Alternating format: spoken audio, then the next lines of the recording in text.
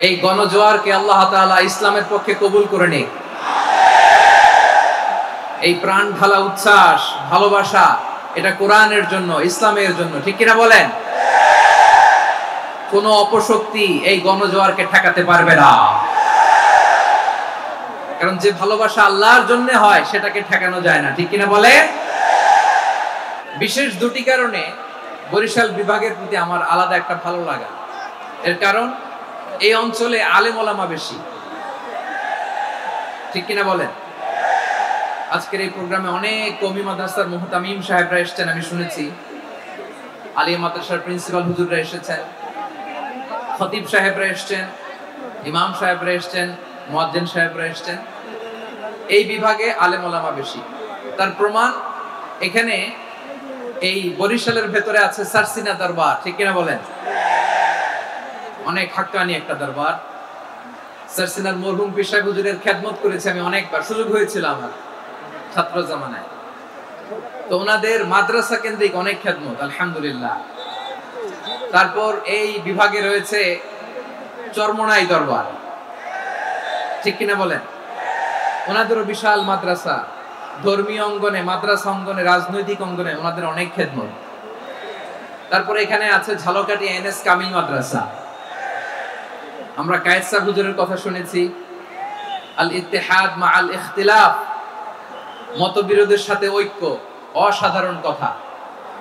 তো এই সমস্ত বড় বড় আল্লাহওয়ালাদের আগমন এই ভূখণ্ডে হওয়ার কারণে এখানে ধর্মীয় বিশৃঙ্খলা, মারামারি কম, আছে ঐক্য, ঠিক কিনা বলেন?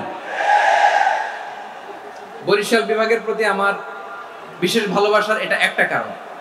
২ নম্বর কারণ হচ্ছে, আমি ঢাকাতে যে মাদ্রাসায় পড়াশোনা করেছি, দারুন নাজাত সিদ্দিকিয়া কামিল মাদ্রাসা, আমার মাদ্রাসার শিক্ষক মন্ডলীর অধিকাংশ হচ্ছে এই বরিশালের, আলহামদুলিল্লাহ। আমাদের শ্রদ্ধেয় প্রিন্সিপাল হুজুর আখম আবু বকর সিদ্দিক হাফিজাহুল্লাহ ওয়া রাআহ, উনি এলাকার সহ পুরো দারুন নাজাত মাদ্রাসার অধিকাংশ আসাতাজে ইকরাম এই ভূখণ্ডের, এই অঞ্চলের হওয়ার কারণে ছোটবেলা থেকেই বরিশালের প্রতি আমার একটি ভালোবাসা। তো আমি অন্তরের অন্তঃস্থল থেকে আবারও শুভেচ্ছা জানাতে চাই। আমি আমাদের অনেক ভাইদেরকে দেখতে পাচ্ছি, আপনারা বসার জায়গা পাননি, দাঁড়িয়ে আছেন এবং খুবই নিশ্চুপ, শান্ত, সুশৃঙ্খল। The people of Borishal, they are very smart, alhamdulillah, মাশাআল্লাহ। এবং শ্রোতা যাদেরকে দেখতে পাচ্ছি, বেশিরভাগের বয়স 15 থেকে 25। জেনজি, যেখানেই যাই জেনজি আমারে ছাড়ে না, মাশাআল্লাহ। এরাই আগামীর বাংলাদেশ, এরাই বাংলাদেশ। এদের হাতে নিরাপদ আমার লাল সবুজের পতাকা, এদের হাতে নিরাপদ আমার 56,000 বর্গ মাইলের প্রতিটি ইঞ্চি মাটি। এজন্য তোমাদেরকে সাবধান থাকতে হবে, সজাগ থাকতে হবে, দেশের জন্য, এদেশের সার্বভৌমত্বের জন্য, ঠিক কিনা বলেন?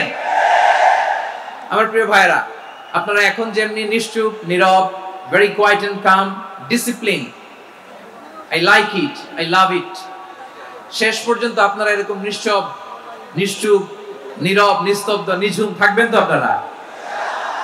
মাশাআল্লাহ। আমি খুব লম্বা চূড়া সময় নেব না, অনেক আলোচনা হয়েছে, আমি পাশেই ছিলাম, আমি দুপুরেই চলে এসেছি, আমি শুনছিলাম আলোচনাগুলো, অসাধারণ আলোচনা হয়েছে। আসলে আলোচনা হওয়া দরকার অল্প, ইবাদত আর আমল হওয়া দরকার বেশি, ঠিক কিনা? কিয়ামতের একটা আলামত হচ্ছে খুতুবুকুম তাবিলা ওয়া সালাওয়াতুকুম কাসীরা। কিয়ামতের আগে আমাদের বক্তব্য হয়ে যাবে লম্বা। Your speech will be longer and your salah will be very shorter. বক্তব্য হবে লম্বা, সালাত হবে খাটো। এই নমুনা বর্তমানে আছে না নাই? ঘন্টার পর ঘন্টা, তাও তৃপ্তি মিটে না। অনেক জায়গায় রাত পর্যন্ত, মিডনাইট পর্যন্ত, মধ্যরাত পর্যন্ত আলোচনা হয়, এটা ঠিক নয়। বক্তব্য হবে একেবারে gist, cream of the creams, একেবারে ক্রিম কথাটা আলোচক উপস্থাপন করবেন। হেদায়েত দেওয়ার মালিক কে? ইন্নাকা লা তাহদি মান আহবাবতা ওয়ালাকিন্নাল্লাহা ইয়াহদি মান ইয়াশা। নবী হে, আপনি চাইলেই কাউকে হেদায়েত দিতে পারবেন না, হেদায়েত দেওয়ার মালিক কে? আমরা যে জীবনে বিপদে পড়ি, আমরা বিপদে পড়লে আমাদেরকে উদ্ধার করে কে? আল্লাহ ছাড়া আমাদের বাঁচানোর কেউ আছে? উদ্ধার করার কেউ আছে? রক্ষা করার কেউ আছে? এজন্য বিপদে পড়লে আমরা চাইবো কার কাছে? আমাদের যাই দরকার হোক আমরা ফরিয়াদ করব কার কাছে? নাকি মাজারে যেয়ে চাবেন? মাজারে যেয়ে চাবেন? অনেকে তো মাজারে যেয়ে কপাল ঘষে, আছে না নাই? মাজারে যেয়ে সন্তান চায়, আছে? এই এলাকা নেই, এলাকার লোকদের আকীদা খালিস আমি জানি। মাজারে যেয়ে কপাল ঘষে আর সন্তান চায়। আচ্ছা, মাজারে গেলে সন্তান পাওয়া যায়? আচ্ছা, মাজারে না গেলে যদি বাচ্চা না হতো, গরু ছাগলের যে বাচ্চা হয় ওরা কোন মাজারে মানত করে বলেন? কথা কি বুঝতেছেন? এই যে প্রতি বছর গরু ছাগল ভেড়া এগুলো যে বাচ্চা দেয়, এরা কোন মাজারে যে মানত করে? এজন্য চাইতে হবে একজনের কাছে, তিনি কে? আমার প্রিয় পটুয়াখালীবাসী, মাজার জিয়ারত করা সুন্নাহ। আমরা মাজার জিয়ারত করব, আল্লাহ ওয়ালাদের কবরে যাব, আমরা সেখানে যে সালাম দিব, দোয়া করব, নিজের জন্য করব, কবরে শুয়ে থাকা মাইয়েতের জন্য করব, পুরো মুসলিম উম্মার জন্য করব। কিন্তু কবরে যিনি শুয়ে আছে ওই বাবার কাছে সন্তান চাওয়া যাবে? চাকরি চাওয়া যাবে? সফলতা চাওয়া যাবে? সফলতা দেয় কে? সবাই বলেন নাই, আওয়াজ করে বলেন, সফলতা দেওয়ার মালিক কে? এক কথাই রব্বুল আলামিন বলেন, ওয়া ইয়ামসাসকাল্লাহু বিদুররিন ফালা কাশিফা লাহু ইল্লা হু ওয়া ইয়ুরিদকা বিখাইরিন ফালা রাদ্দা লিফাদলি يصيب به من يشاء من عباده وهو الغفور الرحيم الله أكبر আল্লাহ বললেন ওয়া ইয়ামসাসকাল্লাহু বিদুররিন ফালা কাশিফা লাহু ইল্লা হু। আল্লাহ যদি তোমাকে কোনো বিপদ স্পর্শ করায়, আল্লাহ যদি তোমারে কোনো বিপদে ফেলে দেয়, ওই বিপদ থেকে উদ্ধার করার তিনি ছাড়া আর কেউ নাই। জোরে বলেন ঠিক কিনা? তিনি যদি কোনো বিপদে ফেলেন, তিনি ছাড়া বিপদ থেকে উদ্ধার করার কেউ নাই। আর তিনি যদি তোমার প্রতি কোনো অনুগ্রহ করতে চান, ওই অনুগ্রহ ঠেকিয়ে দেওয়ার ক্ষমতাও কারো নাই। আল্লাহ যদি আপনার সফলতা দিতে চায়, পৃথিবীর কোন শক্তি ওই সফলতাকে থামাতে পারে? এজন্য আল্লাহ বললেন, খবরদার, চিন্তার আকীদা খালিস করে নাও। ওয়া ইয়ামসাসকাল্লাহু বিদুররিন ফালা কাশিফা লাহু ইল্লা হু। আল্লাহ বিপদে ফেললে বিপদ থেকে উদ্ধার করার কেউ থাকে না। আর আল্লাহ যদি তোমার প্রতি দয়া দেখাতে চান, অনুগ্রহ করতে চান, ওই অনুগ্রহকে প্রতিরোধ করার মতো ক্ষমতা কারো নাই। তিনি তার বান্দাদের মধ্য থেকে যাকে ইচ্ছা তাকে দেন, যত ইচ্ছা তত দেন। তিনি ক্ষমাশীল, তিনি মেহেরবান। সুবহানাল্লাহ। তিনি ক্ষমাশীল, তিনি মেহেরবান। তাহলে এই আয়াত থেকে আমরা বুঝতে পারলাম, আমরা যদি বিপদে পড়ি আমাদেরকে কেউ বাঁচাতে পারে না। আমার বাবা আমারে বাঁচাতে পারে? হ্যাঁ? আমার মা আমাকে বাঁচাতে পারে? আমার বন্ধু আমারে বাঁচাতে পারে? আমার দলের কর্মী আমাকে বাঁচাতে পারে? আমার পীর সাহেব আমারে বাঁচাতে পারে? আমার পটুয়াখালীর ভাইরা খেয়াল রাখবেন, বাঁচাতে পারে এক মহান সত্তা, উদ্ধার করতে পারে এক মহান সত্তা। চিৎকার করে বলুন, তিনি কে? আবার আল্লাহ বললেন, আম্মান ইউজিবুল মুত্তাররা ইযা দাআহু ওয়া ইয়াকশিফুস সুআ ওয়া ইয়াজআলুকুম খুলাফাআল আরদ আইলাহুম মা'আল্লাহ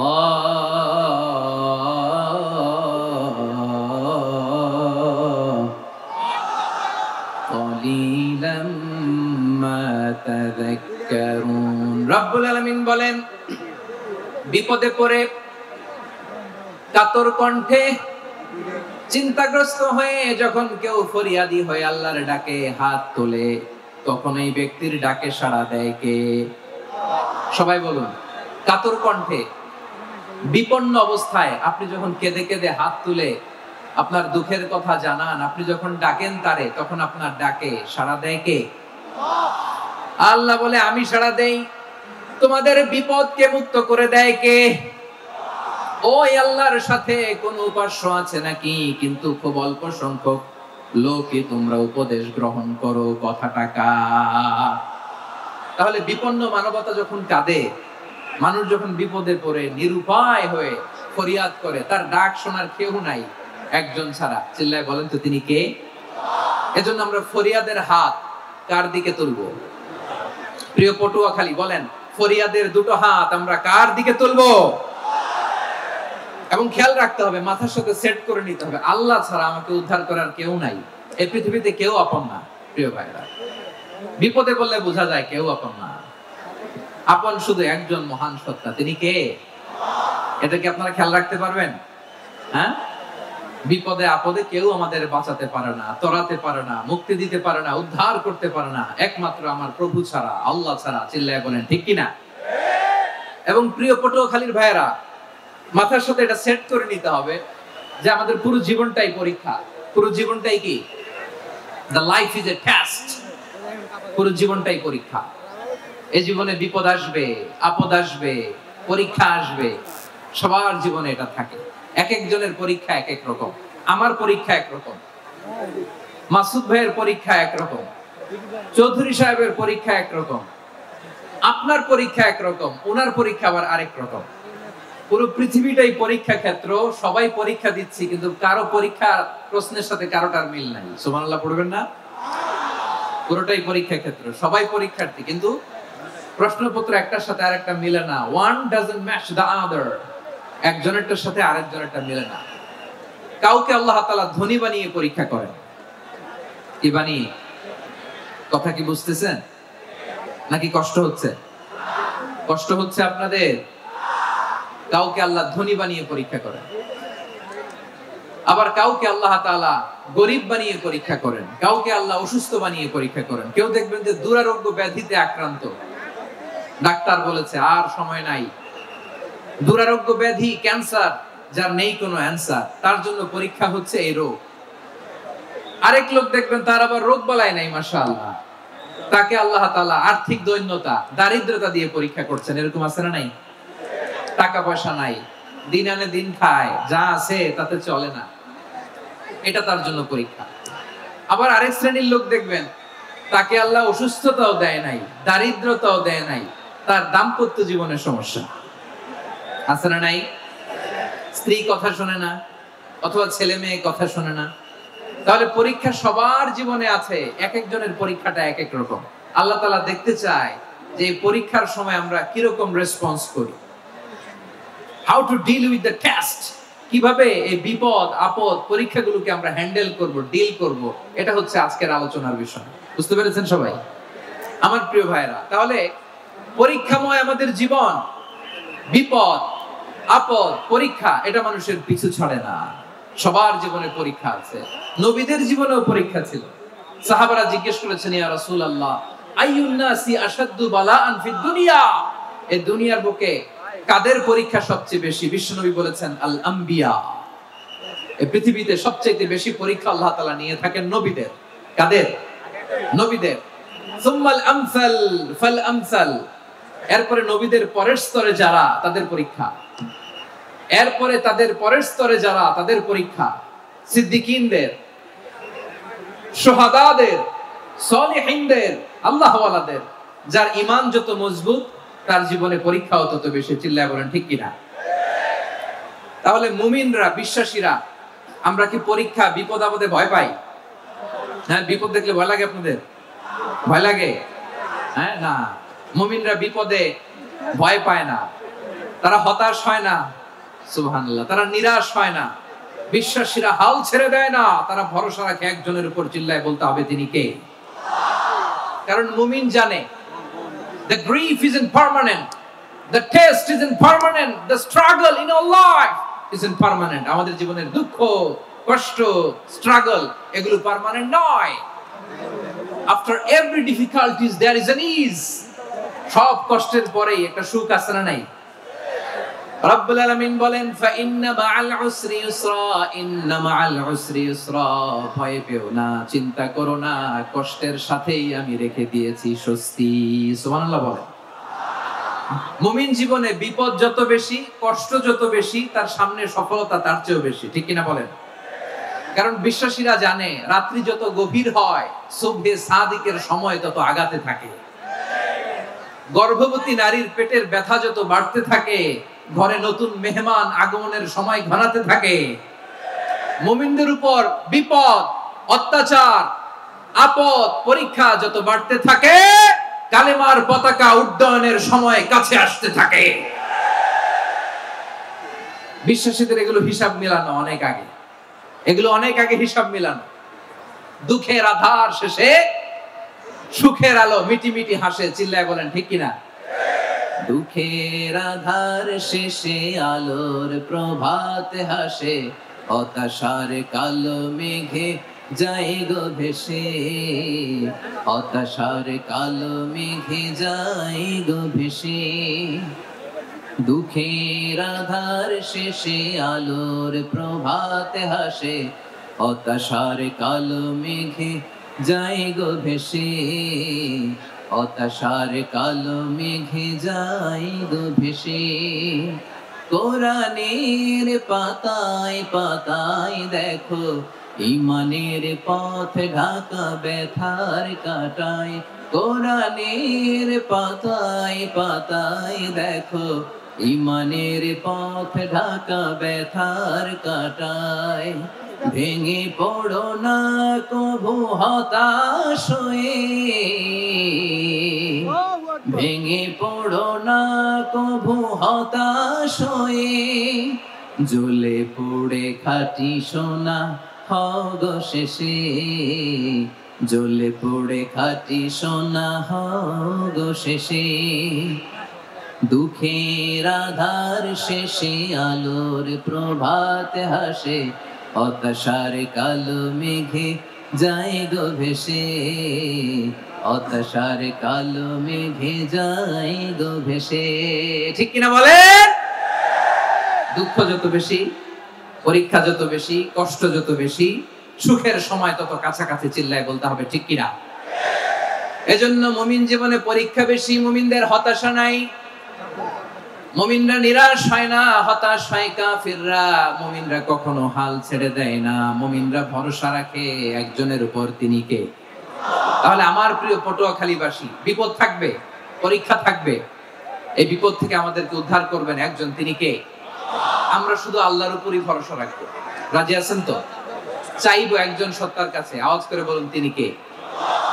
একজন সত্তার কাছে চাইবে। বিশ্বনবী ওনার চাচাতো ভাই আব্দুল্লাহ ইবনে আব্বাস রাদিয়াল্লাহু তাআলা আনহুকে বললেন, ইয়া আব্দুল্লাহ ইবনে আব্বাস, হে আব্দুল্লাহ ইবনে আব্বাস, ইদা সাআলতা ফাসআলিল্লাহ, যখন চাইবে আল্লাহর কাছে চাও।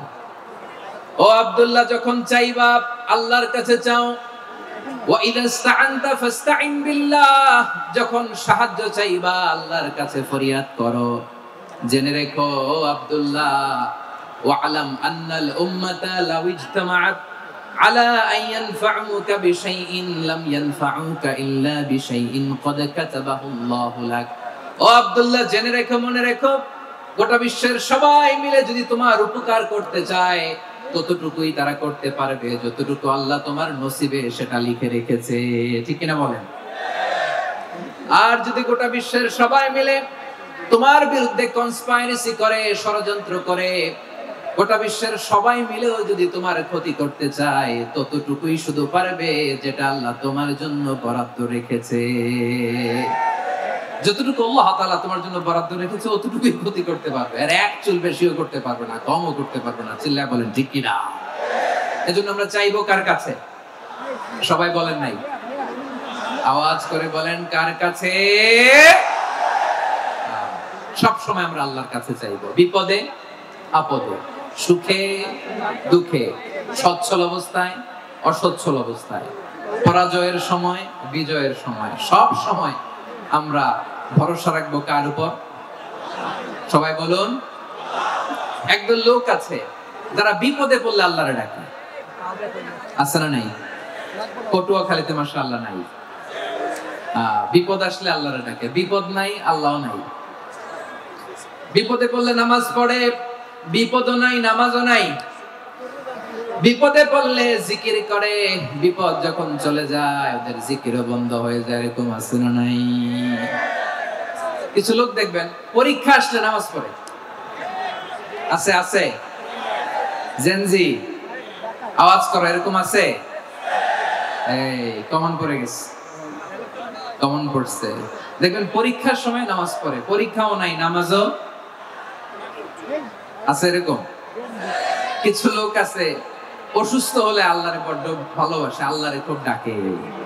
অসুস্থ হইলে অসুস্থতাও নাই, আল্লাহর স্মরণও নাই।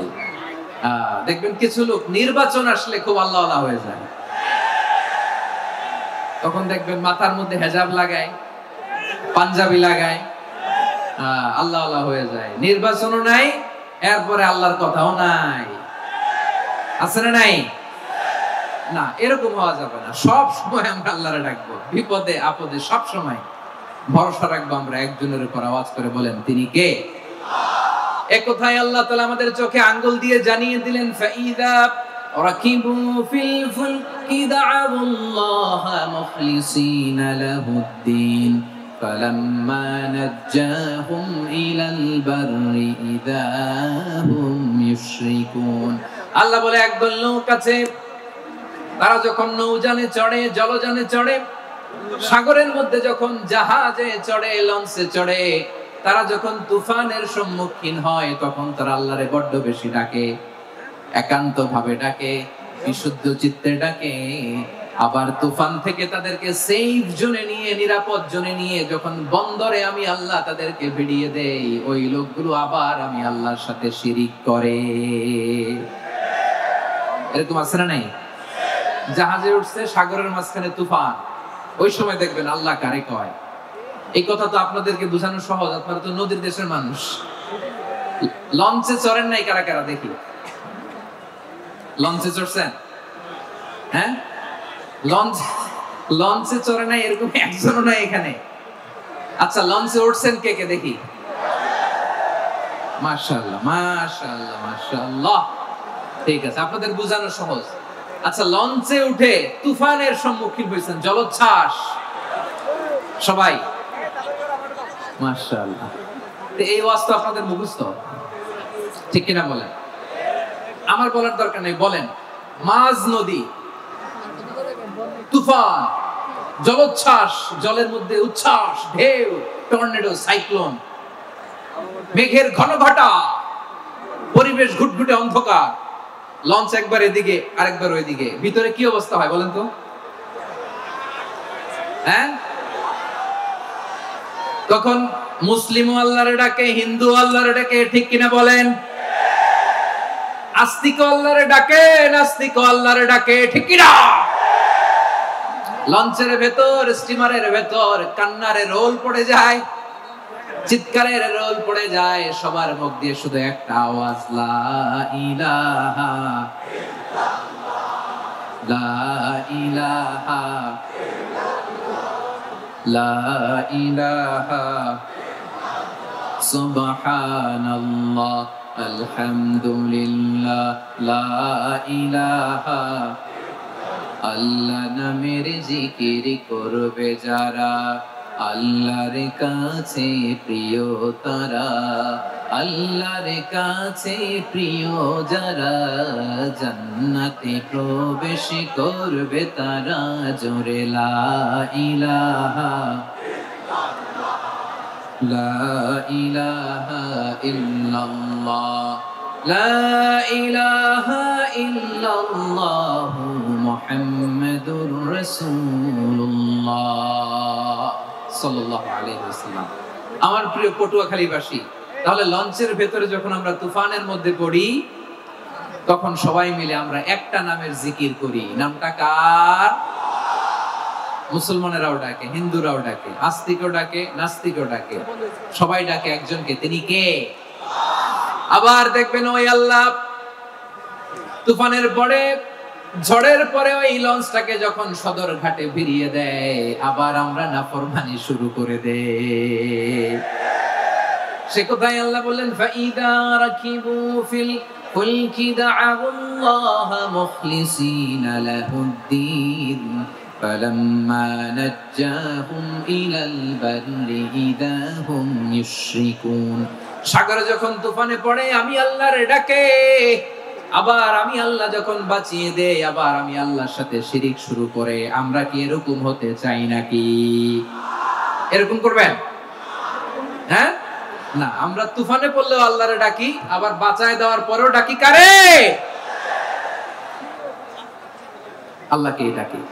বিমানের মধ্যে মাঝে মাঝে দেখবেন যে এয়ার টার্বুলেন্স হয়, জানেন? এয়ার টার্বুলেন্স জানেন তো? মাঝে মাঝে বিমানটা বাউন্সিং করে, বাম্পি, ভেরি বাম্পি ওয়েদার। শুনেন নাই? 40,000 ফিট উপরে যখন থাকে তখন পাইলট মাঝে মাঝে বলে, dear passengers, ladies and gentleman, right now we are flying 40,000 feet above the ground and we are passing very air turbulence, very heavy air turbulence right now. Please fasten your seat belt. দেখবেন মাঝে মাঝে বলে যে, ভদ্র মহিলা, ভদ্র মহোদয়গণ, আমরা 40,000 ফিট উপর দিয়ে যাচ্ছি আর এয়ার টার্বুলেন্স ফেস করছি, মেহেরবানি করে আল্লাহর হস্তে সিট বেল্ট বাঁধুন। তখন বিমানটা এরকম বাউন্সিং করে, শেকিং করে। আপনারা মুখোমুখি হয়েছেন? ইদানিং এই এয়ার টার্বুলেন্স বেড়ে গিয়েছে। গত বছর আমার ইন্টারন্যাশনাল অনেকগুলো ফ্লাইট ছিল, তো আমি দেখলাম যে আগের ফ্লাইটগুলোর তুলনায় এখন এয়ার টার্বুলেন্স খুব বেশি। আমি একটু রিসার্চ করে দেখলাম, ক্লাইমেট চেঞ্জের কারণে, জলবায়ু পরিবর্তনের কারণে আকাশের বাতাসের মুভমেন্টে পরিবর্তন হয়েছে, ফলে এখন বিমান শেকিং করে বেশি, বাউন্সিং, বাম্পি ওয়েদার।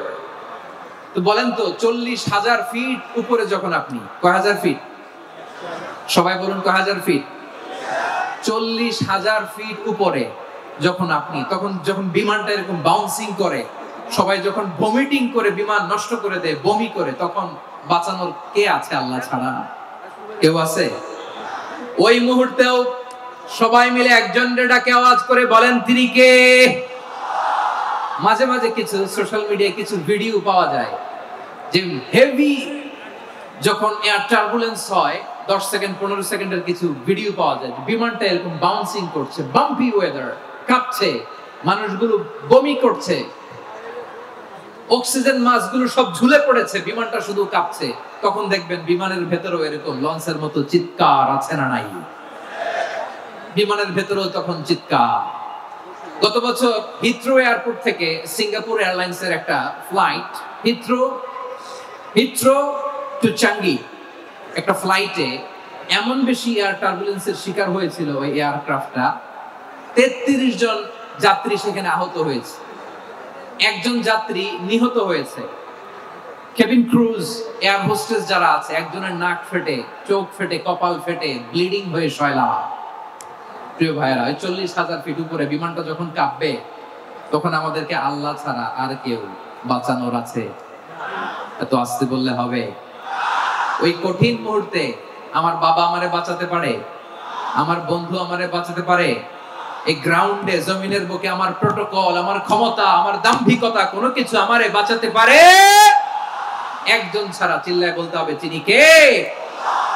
সে আল্লাহ বললেন, গোলাম, আমি বিপদের সময় ঠিকই তোমাদের বাঁচিয়ে দেই। ওই বিমানের ভেতরে 40,000 ফিট উপরে যখন তোমরা এয়ার টার্বুলেন্সের শিকার হও, তখন নাস্তিকও আল্লাহরে ডাকে, হিন্দু আল্লাহরে ডাকে। জোরে বলেন, ঠিক কিনা? আবার বিমানটা যখন শান্ত হয়ে যায়, একটু পরেই বিমানের স্ক্রিনের মধ্যে হিন্দি সিনেমা খোঁজে। বিমানের স্ক্রিনে কিন্তু বিশাল ওখানে আফলাম ফিল্মের একেবারে বুঝাই করা। বিমানটা শান্ত হলে আবার হিন্দি সিনেমা দেখা শুরু করে। একটু আগে ডাকছিল কারে? কারে? দেখবেন বাংলাদেশে আমাদের ক্রিকেটাররা যখন অন্য কোনো দেশের সাথে খেলে, অনেক সময় এমন হয়, বল বাকি একটা, রান দরকার 6টা। বল বাকি কয়টা? পটুয়াখালী বোঝে নাই কোথায়? বল বাকি কয়টা? রান দরকার। আপনি দেখবেন ক্যামেরাম্যান তখন গ্যালারিতে খালি দেখায় দর্শকদের যে কি অস্থিরতা। হিপ হপ স্টাইলের মেয়েটা, যে মেয়েটার ওড়না এতক্ষণ ছিল গলায়, এতক্ষণ কই ছিল, ওই মেয়েটা দেখবেন ওড়নাটা টেনে মাথায় দিয়ে এরকম মুনাজাত ধরতেছে, আল্লাহ আল্লাহ, একটা ছক্কা, আল্লাহ আল্লাহ, আমার লাল সবুজের পতাকারে তুমি অপমানিত কইরো না আল্লাহ, ইন্ডিয়ার সাথে আমাদের খেলা, আল্লাহ আল্লাহ, একটা ছক্কা, একটা। পুরো খেলা জুড়ে এই মেয়ের ওড়না ছিল গলায়, কিন্তু যখন 1 বলে 6 রান দরকার, ওড়না চলে আসছে কোথায়? মাথায়। আবার মুনাজাত আছে না নাই? ঠিকই বাংলাদেশের দামাল ছেলে এমন এক শট মারলো, বল চলে গেল স্টেডিয়ামের বাইরে, ছক্কা, জিতে গেলাম আমরা। পুরো স্টেডিয়াম জুড়ে চিৎকার, হই হুল্লোড়, মौज মাস্তি। যে মেয়েটা মাথার মধ্যে ওড়না দিয়ে এতক্ষণ সুবহানাল্লাহ সুবহানাল্লাহ বলে আল্লাহর কাছে দোয়া করেছে, ওই মেয়ে এখন আবার ওড়না ফেলে দিয়ে নাচা শুরু করে দিয়েছে। তাহলে আল্লাহর ভয়, আল্লাহর প্রতি আস্থা, বিশ্বাস, ভালোবাসা, এটা কি ক্ষণিকের জন্য? মানে আমার যখন লাগবে তখন আল্লাহর ইউজ করব নাকি? হ্যাঁ, বিপদে আপদে, সুখের সময় দুঃখের সময় সচ্ছল অসচ্ছল অবস্থায় বিশ্বাসীরা ভরসা রাখে একজনের উপর। চিৎকার করে বলে পটুয়াখালী, তিনি কে? সে আল্লাহ বললেন, গোলাম মনে করো না জাহাজ থেকে সদরঘাটে ভিড়িয়ে দিলাম তুমি নিরাপদ হয়ে গেছো। মনে করো না 40,000 ফিট থেকে সেফ ল্যান্ডিং এর পরে এয়ারপোর্টে নেমে গেলেই তুমি নিরাপদ হয়ে গেছো। ও মিয়া, বিপদ কি শুধু সাগরে আর আকাশে? ঘরের বিপদও, ঘরের ভেতরও বিপদ আসতে পারে কি পারে না? এজন্য সূরা মুলক আল্লাহ বললেন, আমিনতুম মান ফিস সামাই আন ইয়াখসিফা বিকুমুল আরদা ফাইদা হিয়া তামুর। তোমরা কি ভাবছো তোমরা নিরাপদ? সাগরের মধ্যে তুফান, আল্লাহ আল্লাহ ডাকলাম, সদরঘাটে যেয়ে পড়ছি, বাইসে গেছেন তো আপনি। আর পাবে আপনারা আল্লাহ?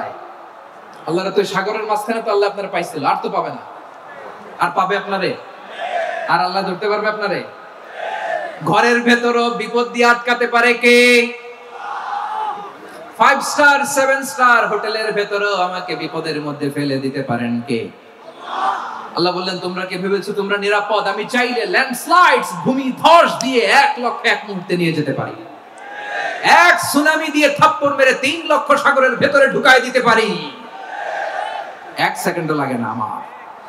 আম আমিনতুম মান ফিস সামাই আন ইউরসিলা আলাইকুম হাসিবা ফাসাতা'লামুনা কাইফা নাযীর। আল্লাহ চাইলে আকাশ থেকে পাথর বৃষ্টি নাজিল করতে পারেন কি পারেন না? এই মুহূর্তে এখানে ভূমিকম্প দিতে পারেন কি পারেন না? আচ্ছা, ভূমিকম্প যখন হয় আমাদের কারো হুঁশ থাকে? আপনি মনে করছেন আমরা সাধারণ মানুষ, আমরা দৌড় দেই, আর প্রেসিডেন্ট প্রধানমন্ত্রী ওনারা বুঝি খাটে শুয়ে থাকে? কথা বোঝে নাই বোধহয়। ভূমিকম্প, আর্থকোয়েক যদি হয়, বাঁচার জন্য আমরা কি করি? হয় খাটের তলায়, ডাইনিং টেবিলের নিচে, উপরে শক্ত কিছু আছে এটার নিচে, অথবা ঘর থইয়া দেও দৌড়। তো প্রধানমন্ত্রী উনি কি করে? প্রেসিডেন্ট উনি কি করে? হ্যাঁ, উনি খাটের মধ্যে যে শুয়ে থাকে নাকি? উনিও দৌড়, সাধারণ মানুষও দৌড়, প্রধানমন্ত্রীও দৌড়, বাড়িওয়ালাও দৌড়, ভাড়াটিয়াও দৌড়, সবাই দৌড়। নাকি ভাড়াটিয়ারা বাড়ি থইয়া দৌড়, বাড়িওয়ালারা বেরোয় না? এরকম না। তাহলে যে কোনো মুহূর্তে ভূমিকম্প দিয়ে নাস্তানাবুদ করতে পারে কে? আমার প্রিয় ভাইয়েরা, আমরা নিরাপদ নই, আমরা তার দয়ায় বেঁচে আছি। কার দয়ায়? এজন্য আল্লাহ বললেন, গোলাম যে কোনো মুহূর্তে বিপদ দিয়ে তোমাদেরকে নাস্তানাবুদ করতে পারি। বিশ্বাসী বলে যদি নিজেকে দাবি করো, সব সময় ডাকতে হবে একজন সত্তাকে। বলেন তিনি কে? এই কথা ক্লিয়ার? এই সবগুলো উদাহরণ শেষে সবার কাছে ক্লিয়ার হয়েছে না যে বিপদ থেকে, আপদ থেকে, পরীক্ষা থেকে, ক্যালামিটি থেকে আমাদেরকে কেউ বাঁচাতে পারে না একজন সত্তা ছাড়া। আবারও বলেন তো তিনি কে? ক্লিয়ার? হ্যাঁ, সবাই বুঝতে পারছেন? আচ্ছা, এবার আমরা দেখি বিষ্ণু ইসলামের জীবনে বিপদ আপদ ছিল কিনা। উনি বিপদ আসলে কিভাবে ডিল করতেন, বিপদ আসলে কোন দোয়া পড়তে হয়, কিভাবে ফরিয়াদের হাত উত্তোলন করতে হয়, কিভাবে রবের দরবারে নতজানু হয়ে ফরিয়াদ করতে হয়, এটা জানার দরকার আছে না নাই? আসলে আমরা বিষ্ণুনবীর জীবনী থেকে দেখি বিপদ আসলে উনি কি করতেন। বিপদ আসলেই প্রথমে বিষ্ণু ইসলাম একটা দোয়া পড়তেন। কি পড়তেন? তিনি পড়তেন, ইন্না লিল্লাহি ওয়া ইন্না ইলাইহি রাজিউন। নিশ্চয় আমরা আল্লাহর জন্য, নিশ্চয় আমরা কার দিকে ফিরবো ভাই? আবার কার দিকে ফিরবো? আওয়াজ করে বলুন তো, আমরা এসেছি কার কাছ থেকে? আবারও ফিরে যাব কার কাছে? এজন্য বিষ্ণু পড়ছেন, ইন্না লিল্লাহি ওয়া ইন্না ইলাইহি রাজিউন। নিশ্চয় আল্লাহর জন্য, ওই আল্লাহর দিকেই আমরা ফিরে যাব। তারপরে বিষ্ণু পড়তেন, আল্লাহুম্মা আজুরনি ফি মুসিবাতি ওয়াখলুফ লি খায়রাম মিনহা। একসাথে প্রথমে পড়তেন ইন্না লিল্লাহি ওয়া ইন্না ইলাইহি রাজিউন, তারপর পড়তেন আল্লাহুম্মা আজুরনি ফি মুসিবাতি ওয়াখলুফ লি খায়রাম মিনহা। মানে আল্লাহ, এই যে আমি বিপদে ধৈর্য ধারণ করলাম, এটার সব তুমি আমারে দাও, আর যেটা হারালাম এর চেয়ে ভালো কিছু দিয়ে মেকআপ করে দিও। ভালো কিছু দিয়ে বদল করে দিও, সুবহানাল্লাহ পড়েন। তাহলে বিপদ আসলে আমরা কি পড়ব? কথা বলেন। এই যে আমি শুয়েছিলাম, নাশিদ গাচ্ছিল ওরা, এদেশে পরস্পরে দেখা হলে দেয় সালাম, এদেশে আমজনতার হৃদয় জুড়ে পাকালাম, এদেশে বিপদ এলে সর্বজনে সর্বক্ষণে দোয়া পড়ে ইন্না লিল্লাহ। কি পড়ে? সুবহানাল্লাহ সুবহানাল্লাহ সুবহানাল্লাহ সুবহানাল্লাহ। এদেশে আজান শুনে সূর্য ওঠে শহর গ্রামে, এদেশে আজান শুনে সূর্য ডুবে সন্ধ্যা নামে, এদেশে সকল কাজে সবাই বলে বিসমিল্লাহ, এদেশে ভালো কিছু দেখে শুনে হাসি মুখে সবাই বলে মাশাআল্লাহ। সুবহানাল্লাহ পড়ে। তাহলে বিপদ এলে আমরা কি পড়ি? কথা বুঝলে সবাই উত্তর দিতে হবে, বিপদ এলে কি পড়ি? তাহলে বিপদ এলেই আমরা এখন থেকে ইন্না লিল্লাহ পড়বো, নাকি হাই হুতাশ করবেন? একদল আছে হাই হুতাশ করে, হায় আল্লাহ রে মোর কি হইল রে, মই কি হরমু রে, মই কমবে জামু রে, আছে না নাই? এরকম বিলাপ করতে নিষেধ করেছেন বিশ্বনবী। কি করব, কই যাব, কি হবে, হায় হায়, এরকম হাহুতাশ আছে না নাই? বিশ্বাসীরা হাহুতাশ করে না, তারা ইন্না লিল্লাহ পড়ে। কি পড়ে মনে থাকবে? আমরা পড়বো ইন্না লিল্লাহি ওয়া ইন্না ইলাইহি রাজিউন। নিশ্চয়ই আমরা আল্লাহর জন্য, আমরা আল্লাহর দিকেই ফিরে যাব। এরপর পড়বো আল্লাহুম্মা আজুরনি ফি মুসিবাতি ওয়া খলুফ লি খায়রাম মিনহা। আল্লাহ, আমি যে বিপদে ধৈর্য ধারণ করলাম এটার সওয়াব দিও, আর যা হারালাম তার চেয়ে ভালো কিছু দিয়ে বদল করে দিও। সুবহানাল্লাহ পড়েন। বিশ্বনবীর হাদিস শুনলেন উম্মে সালামা রাদিয়াল্লাহু তাআলা আনহা। ওনার স্বামী হলো আবু সালামা। মজার ঘটনা খেয়াল করে শুনেন আমার প্রিয় কলিজার টুকরা ভাইয়েরা। কানগুলো খরগোশের কানের মতো খাড়া করে আমার দিকে তাকান।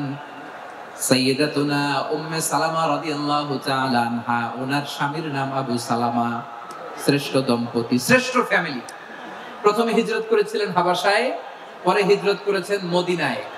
উহুদ যুদ্ধের পরে ওনার স্বামী আবু সালামা ইন্তেকাল করলো, শহীদ হলো। সুবহানাল্লাহ পড়েন।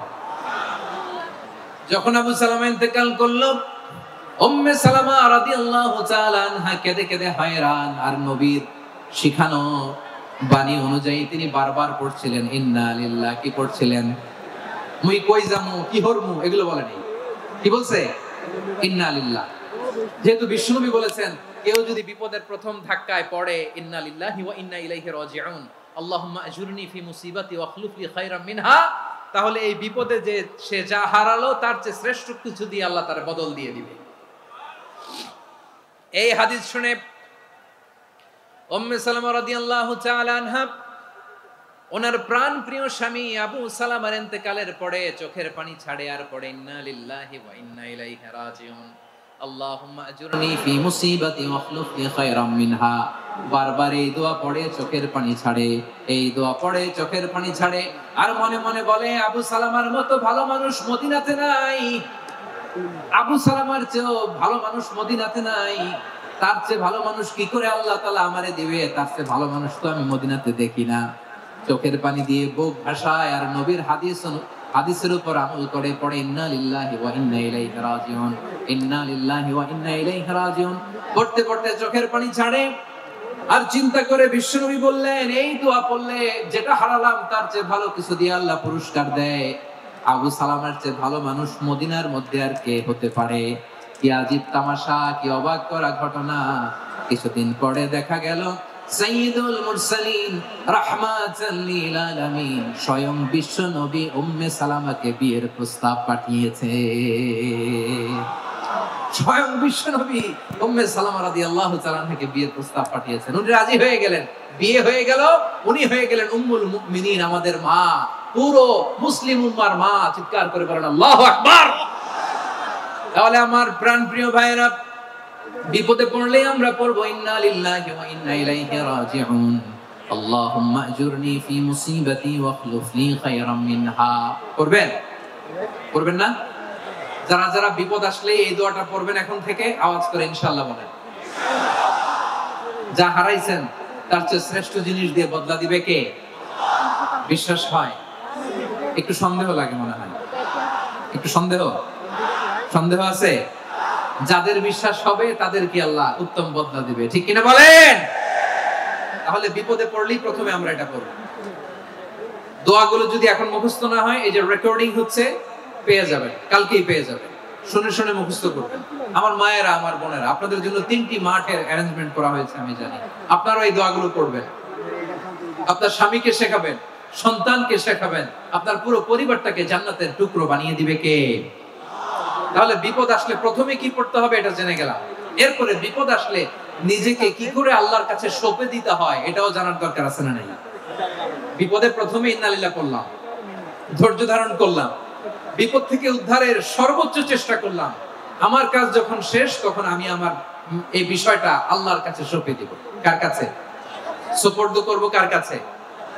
বিপদে বললে কেমন করে নিজেকে আল্লাহর কাছে সঁপে দিতে হয়, আসুন সাইয়েদনা ইব্রাহিম আলাইহিস সালামের জীবনী থেকে জানি। আল্লাহর খলিল ইব্রাহিম আলাইহিস সালাম আমাদের মতো সমাজ ব্যবস্থা পায় নাই। আমরা জন্মের পরে আমাদের কানের ভেতরে আজান দিয়েছে কে? একামত দিয়েছে কে? আমাদের বাপ দাদারা আমাদের কানে আজান দিয়েছে কি? দেয় নাই। আমাদের জন্মের পরেই তো আজান, একামত, বাড়ির পাশে মসজিদ, প্রতিদিন আজান, জুমার খুতবা, প্রতি মাসে মাসে তাফসীরুল কোরআন মাহফিল, মসজিদ, মিনারা, অভাব নাই, ঠিক কিনা বলেন? আপনি যে সুন্দর ইসলামিক এনভায়রনমেন্ট পেয়েছেন, আমাদের ইব্রাহিম খলিল, উনিও কি এরকম পেয়েছিলেন? হ্যাঁ, উনি জন্মের পর পরে ওনার কানে আজান দিয়েছে কেউ? আমার প্রিয় ভাইরা, আগা গোড়া একটা শিরকি পরিবেশ উনি জন্মগ্রহণ করেছেন। উনি ছাড়া ওই তল্লাটে একজনও আল্লাহর উপর বিশ্বাসী নাই। কল্পনা করতে পারেন? গোটা তল্লাটে, গোটা দেশে বিশ্বাসী মুমিন, আল্লাহর উপর বিশ্বাস স্থাপনকারী কয়জন? সবাই বলেন কয়জন? বাকি সব মুশরিক। বাকি সব মুশরিক নিজের সাথে নিজে শক্ত বোঝাপড়া করে, অ্যানালজি করে, সেলফ কনভারসেশন করে উনি মহা সত্যের সন্ধান পেয়েছে। উনি আকাশের তারা দেখে ভাবে মনে হয় এটাই আমার খোদা। ওরা দেখে তারা নাই, মনে মনে বলে না তাইলে এটা না। আবার চাঁদ দেখে বলে চাঁদটা বড় মায়া লাগে, মনে হয় এটাই আমার রব। পরে দেখে চাঁদও নাই, কয় না এটা না। এরপরে দ্বীপ প্রহরের জলজলে সূর্যটা খা খা করে গোটা পৃথিবীটারে রৌদ্র দিয়ে তাতিয়ে রাখে। তিনি ভাবলেন মনে হয় এটাই আমার রব, কারণ এটাই তো সবচেয়ে বড়। কিন্তু বিকেল বেলা ওই সূর্যটাও যখন চলে যায়, সাইয়েদনা ইব্রাহিম বলে না এটাও তো নাই। আমার খোদা যদি আমারে ছেড়ে চলে যায়, বিপদে পড়লে আমারে উদ্ধার করবে কে? এভাবে নিজের সাথে অ্যানালজি, সেলফ কনভারসেশন করতে করতে করতে তিনি মহা সত্যের সন্ধান পেয়েছেন। সুবহানাল্লাহ পড়েন। সব শেষে তিনি ডিসিশন নিয়ে ঘোষণা দিলেন, ইন্নী ওয়াজ্জাহাতু ওয়াজহিয়া লিল্লাযী ফাতারাস সামাওয়াতি ওয়াল আরদা হানিফান ওয়া মা আনা মিনাল মুশরিকিন। নিশ্চয় আমি এমন সত্তার দিকে মনোনিবেশ করলাম, মুখাপেক্ষী হলাম, যিনি আকাশ বানিয়েছেন, জমিন বানিয়েছেন, আমি মুশরিক নই। সুবহানাল্লাহ। পারতেন? আপনি পারতেন? কেউ নাই, লক্ষ লক্ষ মুশরিক, আপনি একা। ওনার মতো এরকম বিচক্ষণতা দিয়ে আল্লাহরে খুঁজে পাইতে পারতেন আপনি? কি নবী ছিল, আল্লাহকে খুঁজে পেয়েছে। যখন আল্লাহর ইবাদত শুরু করলো, এই কথা ছড়ায় পড়লো চারদিকে। নমরুদ সাইয়েদনা ইব্রাহিমকে ডেকে পাঠালেন। নমরুদ বলে, ইব্রাহিম তুমি নাকি মূর্তির পূজা না করে কোন নতুন রবের ইবাদত করো, কে তোমার রব? সাইয়েদনা ইব্রাহিম বললেন, রব্বি আল্লাযী ইউহয়ী ওয়া ইউমীত, আমি এমন রবের ইবাদত করি যিনি জীবন দেন, যিনি মৃত্যু দেন। নমরুদ বলে, তাই নাকি? তোমার রব জীবন দেয়, মৃত্যু দেয়? আর এটা তো আমি দেই, আমিও তো জীবন দেই, আমিও তো মৃত্যু দেই। সাইয়েদনা ইব্রাহিম বললেন, কেমন করে তুমি জীবন দাও, মৃত্যু দাও, একটু দেখাও তো। নমরুদ জেলখানা থেকে দুজন কয়েদিকে ডেকে আনলো। কয়েদি এনে অর্ডার করলো, একটাকে এখনই শিরোচ্ছেদ, হেড অফ, ডেথ পেনাল্টি, মৃত্যুদণ্ড দেয়া হলো, ফিনকি দিয়ে রক্ত বের হলো। নমরুদ বলে, দেখো দুজনকে ধরে আনলাম, একজন কয়েদিকে দিলাম ডেথ পেনাল্টি, মৃত্যুদণ্ড, ওরে মৃত্যু দিলাম। আরেকজন যে দাঁড়িয়ে আছে, চাইলে ওরেও আমি মৃত্যুদণ্ড দিতে পারি, কিন্তু না, ওরে আমি দিব না, ওরে আমি বাঁচায়া দিলাম, ছেড়ে দিলাম, মানে জীবন দিলাম। দেখো ইব্রাহিম, তোমার চোখের সামনে একজনকে মৃত্যু দিলাম, আর একজনকে জীবন দিলাম। আপাত দৃষ্টিতে তাই তো, একজন রে তো জীবন দিল, আরেকজন রে মৃত্যু দিল। সাইয়েদনা ইব্রাহিম এবার বিপাকে পড়ে গেলেন। কিন্তু এক একজন নবীকে আল্লাহ এমন উইজডম বিচক্ষণতা দিয়ে এই জমিনে পাঠিয়েছেন, মুহূর্তের মধ্যে আল্লাহর খলিল ইব্রাহিম বললেন, ফাইন্নাল্লাহা ইয়াতি বিশ-শামসি মিনাল মাশরিকি ফাআতি বিহা মিনাল মাগরিব ফাবুহিতাল্লাযী কাফার। আল্লাহর খলিল ইব্রাহিম বললেন, নমরুদ বুঝলাম তুমি জীবন দাও মৃত্যু দাও দেখলাম, কিন্তু আমার রব আমার আল্লাহ প্রতিদিন সকালবেলা উষা লগ্নে ওই পূর্ব দিগন্ত থেকে সূর্যটাকে উদিত করেন, সাঁঝের বেলা বিকেল বেলা কুথুরি লগ্নে সন্ধ্যা বেলা ওই দ্বিপ্রহরের জল জলে সূর্যটাকে পশ্চিম দিগন্তে ডুবিয়ে দেন। মানে সকালবেলা পূর্ব দিক থেকে উদিত করা সূর্যটাকে পশ্চিম দিকে বিকেলে তিনি ডুবিয়ে দেন। তুমি যদি পারো ওই সূর্যটাকে পশ্চিম দিক থেকে উদিত করে পূর্ব দিকে ডুবিয়ে দাও। সুবহানাল্লাহ পড়বেন না? দেখেন, ইনস্ট্যান্ট ইন্টেলেক্ট, মুহূর্তে বিচক্ষণতা, উইজডম কাকে বলে? নমরুদ পারবে? নমরুদের বাপ পারবে? ওর দাদা, ওর 14 গোষ্ঠী, গোটা বিশ্বের সব ক্ষমতাধর রাষ্ট্রনায়করা একসাথে হলে পারবে? ফাবুহিতাল্লাযী কাফার পারে নাই, ব্যর্থ হয়েছে। এবার তেলে বেগুনে জ্বলে উঠেছে, রেগে মেগে আগুন বলে ফালকুহু ফিল জাহিম। ওর সাথে তর্ক নাই, না পেরে এবার এটারে আগুনে ফেলা। বিশাল বিশাল গাছ কেটে লাকড়ি এনে আগুনের কুণ্ডলি বানানো হলো, দাও দাও দাও দাও করে আগুন জ্বলে। আল্লাহর খলিল ইব্রাহিমকে আগুনে নিক্ষেপ করা হবে। আল্লাহর খলিল সাইয়েদনা ইব্রাহিমের হাতের মধ্যে রশি দিয়ে টাইট করে বাঁধা হলো, পায়ের মধ্যেও টাইট করে রশি দিয়ে বাঁধা হলো। আল্লাহর খলিল ইব্রাহিমকে আগুনের কুণ্ডলির মধ্যে ফেলা হবে।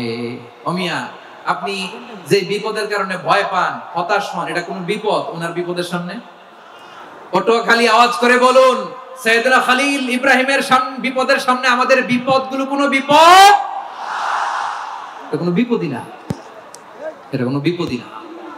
হাত পা বেঁধে টাইট করে নিক্ষেপ করা হবে, সিম্পলি ফেলা যাবে না, কারণ দাও দাও করে দ্য ব্লেজিং ফায়ার, এমন আগুনের কুণ্ডলি কাছে যাওয়া যায় না, আগুনের উত্তাপে নিক্ষেপ করা হবে। হাতে রশি বেঁধে পায়ে রশি বেঁধে আল্লাহর খলিল ইব্রাহিম আলাইহিস সালামকে আগুনের মধ্যে নিক্ষেপ করা হবে। আহা, এটার বলে অগ্নি পরীক্ষা। উনি অগ্নি পরীক্ষার সম্মুখীন হয়েছেন, এজন্য কঠিন পরীক্ষাকে আমরা অগ্নি পরীক্ষার সাথে তুলনা করি, ঠিক কিনা? সাইয়েদনা জিবরাইল এসে বললেন, ও আল্লাহর খলিল, ওরা তো আপনার হাতও বেঁধে ফেললো, পাও বেঁধে ফেললো, নড়াচড়ার সুযোগ নাই, বলেন আমি জিবরিল ফেরেশতা আপনার জন্য কি করতে পারি? আল্লাহর খলিল ইব্রাহিম বলেন, ও জিবরাইল, তোমার কাছে আমার কোনো চাওয়া পাওয়া নাই। সুবহানাল্লাহ বলেন। তোমার কাছে বলার কিছু নাই, তোমার সাহায্যের আমার দরকার নাই। সাইয়েদনা ইব্রাহিম আলাইহিস সালামকে হাতে পায়ে রশি বেঁধে হাত পা বাঁধা অবস্থায় জ্বলন্ত অগ্নিকুণ্ডে যখন নমরুদের দলবল নিক্ষেপ করবে, আল্লাহর খলিল কিভাবে নিজেকে আল্লাহর কাছে সঁপে দিয়েছেন, পটুয়াখালীর ভাইরা খেয়াল করে শুনুন। হাত পা বেঁধে আল্লাহর খলিলকে যখন নিক্ষেপ করা হবে, তিনি মুখ ফুটে বলে ফেললেন, হাসবুনাল্লাহু ওয়া নি'মাল ওয়াকিল। হাসবুনাল্লাহু ওয়া নি'মাল ওয়াকিল, আমার জন্য আল্লাহই যথেষ্ট, আমার জন্য আল্লাহই যথেষ্ট। তিনি আমার সবচেয়ে বড় গার্ডিয়ান, তিনি আমার সবচেয়ে বড় অভিভাবক। জিবরাইলের সাহায্যে অফারকে ফিরিয়ে দিলেন, দুনিয়ার বুকে কারো কাছে কিছু বলেন নাই, মুখ ফুটে বলেছেন হাসবুনাল্লাহ।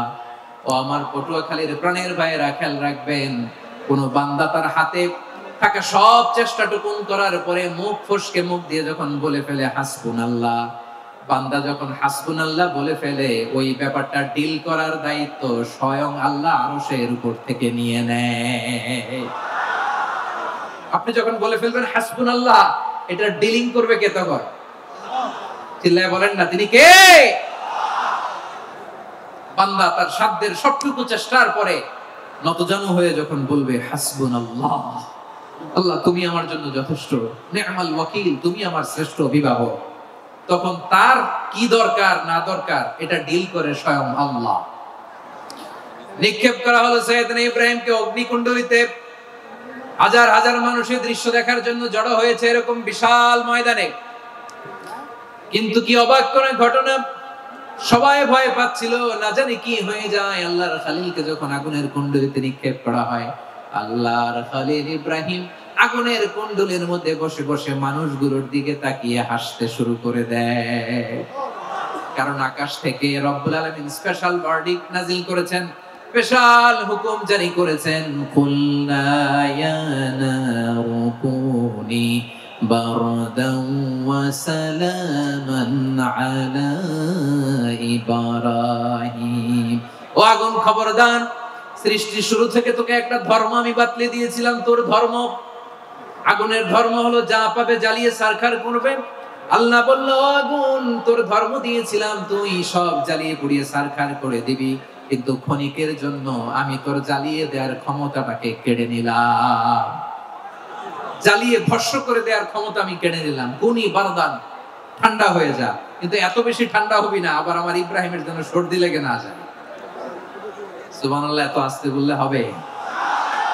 কুনি বারদান, বারদ মানে বরফ, ঠান্ডা, ঠান্ডা হোক, কিন্তু এত ঠান্ডা হবি না যাতে আমার ইব্রাহিমের কষ্ট হয়। আগুন বলে, আল্লাহ একবার বললাম ঠান্ডা হও, আবার বলো এত ঠান্ডা হবি না যাতে খলিলের সর্দি না লাগে। কেমন ঠান্ডা হব, কেমন এনভায়রনমেন্ট তৈরি করে দেব বলো? আল্লাহ বললেন, সালামান আলা ইব্রাহিম, আমার খলিল, আমার কলিজা, আমার ইব্রাহিমের জন্য তুই জান্নাতের গুল বাগিচা হয়ে যা। ও ভাই, নবী মুসার মতো ঈমান হলে রাস্তা হবে সাগর জলে, নবী ইউসুফের মতো ঈমান হলে একে একে দরজা খোলে, নবী ইব্রাহিমের মতো ঈমান যদি আজও থাকে বিদ্যমান, অগ্নিকুণ্ডে দেখতে পাবে খুবসুরত এক ফুল ভাগা। কুলনা ইয়া নারু কুনি বারদান ওয়া সালামান আলা ইব্রাহিম।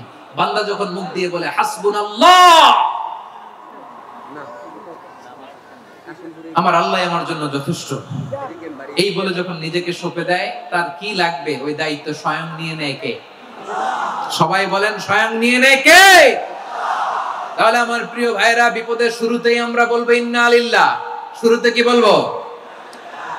এরপরে যেই বাক্যটা পড়ে নিজের পরিস্থিতিকে আল্লাহর দরবারে সঁপে দিব, সেটা হচ্ছে হাসবুনাল্লাহ। সেটা কি? বিষ্ণু বলেন, লা ইয়াজালু লিসানুকা রাতাবান মিন যিকরিল্লাহ, সব সময় আল্লাহর স্মরণ দিয়ে, জিকির দিয়ে জিহ্বাটারে সিক্ত রাখো। আর শয়তানু জাসিমুন আলা কলবি ইবনে আদম, শয়তান বনি আদমের কলবে খামচি মেরে বসে থাকে। ফাইদা যাকারাল্লাহ খালাসা, মানুষ যখন আল্লাহ স্মরণ করে জিকির করে, শয়তান দৌড়ে পালায়। ওয়াইদা গাফালা ওয়াসওয়াসা, যখনই বনি আদম গাফেল হয়, তখনই শয়তান তার হৃদয়ে ওয়াসওয়াসা দেয়। এজন্য বিপদে পড়লে ইন্না লিল্লাহ, নিজের সব টুকুন করার পরে, নিজের রোল প্লে করার পরে নিজেকে আমরা কি বলে সঁপে দিব? সবাই বলেন, সবাই বলতে হবে, আর জোরে বলে, মনে থাকবে? বিপদে পড়লে প্রথমে ইন্না লিল্লাহ, এরপরে নিজেকে যখন সঁপে দিব তখন হাসবুনাল্লাহ। এরপরে কঠিন বিপদ যখন বিশ্বনবী পড়তেন তখন কি করতেন? এমন বিপদ মাঝে মাঝে হয় না, দেয়ালে পিঠ থেকে যায়, চোখে মুখে অন্ধকার, কি করব দিশা খুঁজে পাই না, এরকম হয় কখনো? হ্যাঁ, আপনাদের হয়? হয় না? তো জান্নাতে আছেন আপনারা। হয় হয় এরকম হয়েছে না যে দেয়ালে পিঠ থেকে গেছে, চোখে মুখে অন্ধকার, ওই যাব, কি করব, বাঁচানোর কেউ না, এরকম হয়েছে কখনো আপনাদের? যদি হয় তাইলে এটার সলিউশন বলবো, না হইলে তো এগুলো বলে লাভ নেই। হয় হয় হয় বিশ্বনবী এরকম কঠিন বিপদে পড়েছেন জীবনের কিছু কিছু মুহূর্তে। ওই মুহূর্তে বিশ্বনবী স্পেশাল দুইটা দোয়া পড়তেন, এই দোয়াগুলো আপনাদেরকে জানিয়ে দেয়। বিশ্বনবী বলেন, কঠিনতম বিপদে যখন পড়বা, দেয়ালে পিঠ থেকে যায়, চোখে মুখে অন্ধকার, বাঁচার কোনো উপায় নেই, তখন পড়বা লা ইলাহা ইল্লা আনতা সুবহানাকা ইন্নী কুনতু মিনাজ জালিমিন। আল্লাহ, তুমি ছাড়া কোনো ইলাহ নাই, তুমি পবিত্র, নিশ্চয় আমি জালিমদের অন্তর্ভুক্ত। সুবহানাল্লাহ বলেন। এই দোয়া সাইয়েদনা ইউনূস আলাইহিস সালাম পড়েছিলেন যখন মাছের পেটে ছিলেন। কিসের পেটে? এবং অনেক মুফাসসিরিন ইকরাম বলেছেন, অনেক আহলুল ইলমরা বলেছেন এটা হচ্ছে ইসমে আজম। ইসমে আজম এমন দোয়া যেটা দিয়ে দোয়া করলে আল্লাহ দোয়া কবুল করে, কিন্তু এটা কোনটা এটা নিয়ে ইখতিলাফ আছে। কোন কোন আহলুল ইলম বলেন লা ইলাহা ইল্লা আনতা সুবহানাকা ইন্নী কুনতু মিনাজ জালিমিন, এটা হচ্ছে ইসমে আজম। সাইয়েদনা ইউনূস আলাইহিস সালাম পড়েছেন, আপনারা পড়েননি? তুফান হইলে পড়েন না? আমাদের এলাকায় তো এটা খুব, এটার উপর ব্যাপক আমল আছে। পটুয়াখালীতে কি অবস্থা বলেন? পড়েন পড়েন পড়েন পড়েন। একটা গল্প শুনেছিলাম, পাক হানাদার বাহিনী যখন বাংলাদেশে অ্যাটাক করতো, ৭১ সালের ঘটনা বলতেছে, আমরা তো দেখি নাই, শুনছি আর কি। ৭১ যদি দেখতাম এতদিনে রাজাকার হয়ে যেতাম। আল্লাহ আমাদেরকে বাঁচাই দিয়েছে, আল্লাহর মেহেরবানি, ঠিক কিনা বলেন? মন মতো হইলে মুক্তিযোদ্ধা, মন মতো না হইলে রাজাকার। কত কিছু দেখলাম এই শাহবাগের বুকে। আল্লাহ ৭১ সালে দেখি নাই, আমরা শুনেছি পাক হানাদার বাহিনী জিজ্ঞেস করতো মুসলিম না অমুসলিম চেক করার জন্য, বলতো কালেমা বল, কালেমা বাতাও। তো যারা কালেমা পড়তে পারতো পাকিস্তানি বাহিনী নাকি ওদেরকে ছেড়ে দিত, শুনেছি। তো একজনকে, এক বাঙালিরে পেয়ে তার মাথার মধ্যে বন্দুকের নল ধরে বলতেছে কালেমা বল সালে, কালেমা বাতা, কালেমা বল। তো ভয়ের চোটে এই দোয়া পড়া শুরু করছে। ও পড়তেছে লা ইলাহা ইল্লা আনতা সুবহানাকা ইন্নী কুনতু মিনাজ জালিমিন। পাকিস্তানি বলে সালে ये तो मुसीबत का कलेमा है। বাঙালি কয় হাম তো ভি মুসিবত মে হ্যায়। পাকিস্তানি বলে বেটা কোন দোয়া বললি, এটা তো মুসিবতের কালেমা। কয় আমিও তো মুসিবতে আছি, আমার মাথার মধ্যে বন্দুক ধরে তুমি আমারে কালেমা জিজ্ঞেস করো, এখন কোনটা কালিমা আর কোনটা কি, তো আমার হুশ আছে নাকি? প্রিয় ভাইরা, আসলে এটা দুআউল মুসিবা, বিপদে পড়লে এই দোয়া পড়তে হয়। লা ইলাহা ইল্লা আনতা সুবহানাকা ইন্নী কুনতু মিনাজ জালিমিন, এটা পড়বেন আপনারা। এই দোয়া পড়ে সাইয়েদনা ইউনূস আলাইহিস সালাম মাছের পেট থেকে রক্ষা পেয়েছিলেন। রক্ষা করেছিল কে? তুমি ইউনূস নবীরে যখন খাইলো মাছেতে গিলিয়া, ফেরেশতা পাঠাইয়া দিলে ইসমে আজম দিয়া। প্রাণে ছিল যাহার ভয় সেথা পাইল আশ্রয়, প্রাণে ছিল যাহার ভয় সেথা পাইল আশ্রয়। মাছের পেট হতে সে যে পেল পরিত্রাণ। আল্লাহু আল্লাহু তুমি জাল্লে জালালুহু, শেষ করা তো যায় না গে তোমার গুণগান। আল্লাহু আল্লাহু সুবহানাল্লাহ পড়ে। লা ইলাহা ইল্লা আনতা সুবহানাকা ইন্নী কুনতু মিনাজ জালিমিন। বিশ্বনবী বললেন দেয়ালে পিঠ থেকে গেলে, চোখে মুখে অন্ধকার, বাঁচার কোনো উপায় নাই, তখন এই দোয়াটা পড়তে হবে। এই দোয়া পড়ে আল্লাহর কাছে ফরিয়াদ করলে বিপদ মুক্ত করবেন কে? কেন এই দোয়াটা আল্লাহর কাছে বড্ড প্রিয় জানেন আমার ভাইয়েরা? কারণ এই দোয়ার মধ্যে 3টা জিনিস আছে। আমি যেরকম আঙ্গুল উঁচু করেছি এরকম করেন তো। 3টা। কয়টা? 3টা। 1 নম্বরে হচ্ছে তাওহীদ, 2 নম্বরে তাসবিহ, 3 নম্বরে তাকরীর। আই রিপিট, আবারো বলছি, 1 নম্বরে তাওহীদ, 2 নম্বরে তাসবিহ, 3 নম্বরে তাকরীর। এই দোয়াটা আল্লাহর কাছে এত পছন্দনীয় কারণ এই দোয়ার প্রথম অংশে আছে তাওহীদ, আল্লাহর একত্ববাদের ঘোষণা। লা ইলাহা ইল্লা আনতা, ও আল্লাহ আপনি ছাড়া কোনো ইলাহ নাই, উপাস্য নাই। এই কথা বললে আল্লাহ বড় খুশি হয়ে যায়, সুবহানাল্লাহ পড়েন। এই দোয়ার দ্বিতীয় অংশে আছে তাসবিহ, মানে আল্লাহর প্রশংসা, প্রশংসা সূচক বাণী। সুবহানাক সুবহানাক সুবহানাক, ও আল্লাহ আমি আপনার পবিত্রতা ঘোষণা করছি, সুবহানাক। এই কথা শুনলেও আল্লাহ খুশি হয়ে যায়, সুবহানাল্লাহ পড়েন। এই দোয়ার তৃতীয় অংশে আছে তাকরীর। তাকরীর মানে পাপের স্বীকৃতি। তাকরীর মানে কি? তাকরীর মানে পাপের স্বীকৃতি। এই দোয়ার তৃতীয় অংশে আছে ইন্নী কুনতু মিনাল জালিমিন, ও আল্লাহ আমি জালিমদের অন্তর্ভুক্ত। আল্লাহ আল্লাহ আমি জালেম, আল্লাহ আমি ভুল করেছি, অন্যায় করেছি, আল্লাহ আমি জালিমদের অন্তর্ভুক্ত। এই পাপের স্বীকৃতি, অ্যাকনলেজমেন্ট আল্লাহ বড় পছন্দ করে। যখন আল্লাহর কাছে আপনি ছোট হবেন, ছোট হতে হতে যত ছোট হবেন ওই দৃশ্যটা দেখতে আল্লাহ বড় পছন্দ করে, সুবহানাল্লাহ বলেন। 3 নম্বর অংশ ইন্নী কুনতু মিনাজ জালিমিন, আল্লাহ আমি জালেমদের অন্তর্ভুক্ত। সাইয়েদনা আদম আলাইহিস সালাম ভুল করে যখন নিষিদ্ধ গাছের ফুল খেয়ে ফেললেন, ফল খেয়ে ফেললেন, আল্লাহ বললেন আদম ক্ষমা পেতে চাইলে তুমি আর হাওয়া মিলে স্বীকৃতি দাও, পাপের স্বীকৃতি আর পড়ো, রব্বানা ظلمنا أنفسنا وإن لم تغفر لنا وترحمنا لنكونن من الخاسرين. ও আল্লাহ, আমি আদম আর হাওয়া জালামনা আনফুসানা, আমরা আমাদের নফসের উপর বড় জুলুম করেছি। আল্লাহ, ওয়া ইল্লাম তাগফির লানা ওয়া তারহামনা, আপনি যদি ক্ষমা না করেন, আপনি যদি দয়া পরবশ না হন, আপনি যদি রহম না করেন, আমরা তো ক্ষতিগ্রস্তদের মধ্যে শামিল হয়ে যাব। এই দোয়া করার সাথে সাথে সাইয়েদনা আদম আর হাওয়া আলাইহিস সালামকে ক্ষমা করে দিলেন কে? তাহলে এই দোয়ার 3 নম্বর অংশ তাকরীর, এটা আল্লাহ বড় পছন্দ করে। আমার কলিজার টুকরা ভাইয়েরা, গুনাহ করে শিকার যেতে হবে, এটা আল্লাহ ভালোবাসেন। সাইয়েদনা আবু বকর রাদিয়াল্লাহু তাআলা আনহু বিশ্ব ইসলামকে বলেন, ইয়া রাসূলুল্লাহ আল্লিমনি দুআআন আদউ বিহি ফি সালাতি, নবী হে, আপনি আমার এমন একটা স্পেশাল দোয়া শিখায় দেন যে দোয়াটা আমি নামাজে পড়ব। নবী বললেন, তাহলে তুমি পড়ো, আল্লাহুম্মা ইন্নী যালামতু নাফসি যুলমান কাসীরান ওয়া লা ইয়াগফিরুয যুনুবা ইল্লা আনতা ফাগফিরলি মাগফিরাতাম মিন ইনদিকা ওয়ারহামনি ইন্নাকা আনতাল গফুরুর রহিম। সুবহানাল্লাহ। সালাম ফিরানোর আগে পড়েন, কথা কয় না, পড়েন পড়েন।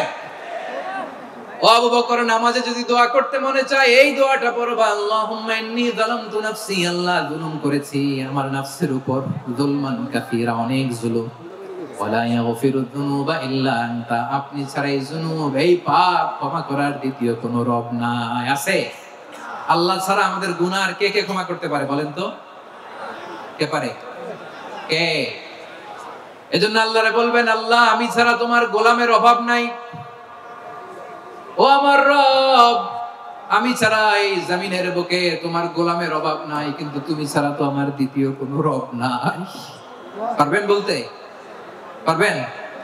চোখের পানি ছেড়ে আল্লাহরে বলবেন, আল্লাহ তুমি আমার রব, তুমি আমার সব। কি বলবেন? আল্লাহ আমারে রব।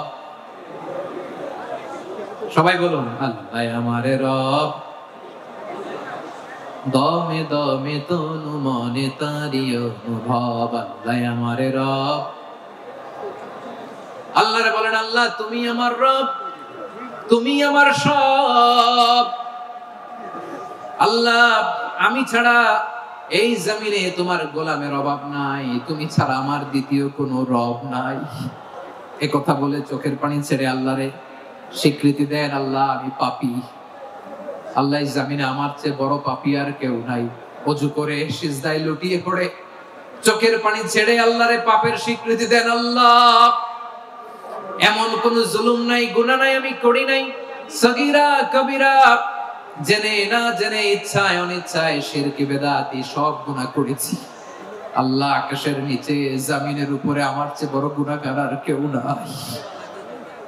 চোখের পানি ছেড়ে আল্লাহরে বলেন, আল্লাহ আমি ছাড়া তোমার গোলামের অভাব নাই, তুমি ছাড়া আমার দ্বিতীয় কোনো রব নাই, তুমি ছাড়া তো কেউ আমার গুনাহ ক্ষমা করার নাই, তুমি আমার রব, তুমি আমার সব। বলতে পারবেন?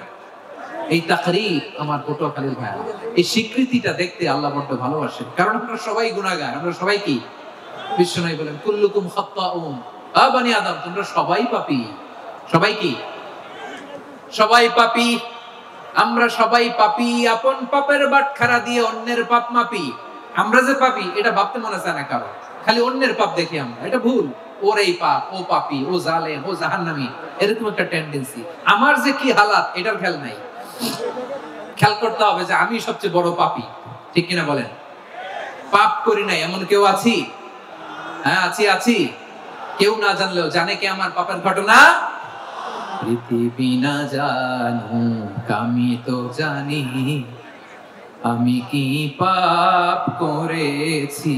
হায় ও আমার কলিজার টুকরা ভাইয়েরা, মাথাটাকে নিচু করে জীবনের সব গুনার ফিরিস্তিগুলো একটা একটা করে স্বীকার করে আল্লাহরে বলেন, আল্লাহ আমি পাপী,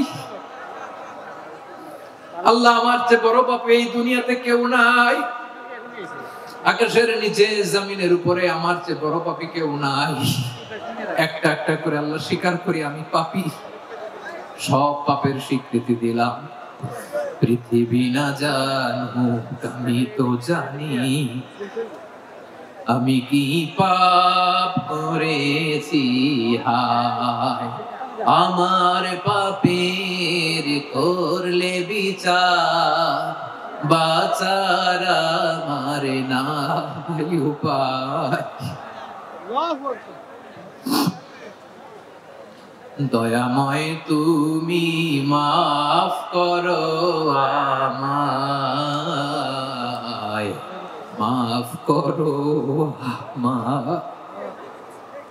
আল্লাহ তাআলা যদি দয়া করে আমাদেরকে মাফ না করে, আমাদের বাঁচার কোনো উপায় নাই। আপনি কি ভেবেছেন আপনার নামাজ দিয়ে আপনি জান্নাতে যাবেন? আপনি তাহাজ্জুদ গুজার, সেজদা দিতে দিতে কপালে দাগ ফেলেছেন, এটা আপনারা জান্নাতে নেবে না? আপনি এলাকার সবচেয়ে বড় হাতেম তাই দানশীল, এই দানের ভরসায় বসে আছেন, কশিন কালো না। আমাদের নামাজ, আমাদের রোজা, আমাদের ইবাদত, এগুলোকে মিজানের পাল্লায় উঠালে কোনো ওজনই হবে না। তবে আমাদের একটা কৌশল জানা আছে, আমরা আল্লাহর রহমতের ভিখারি। আমরা সেদিন আগেই গুনার স্বীকৃতি দিয়ে দেব।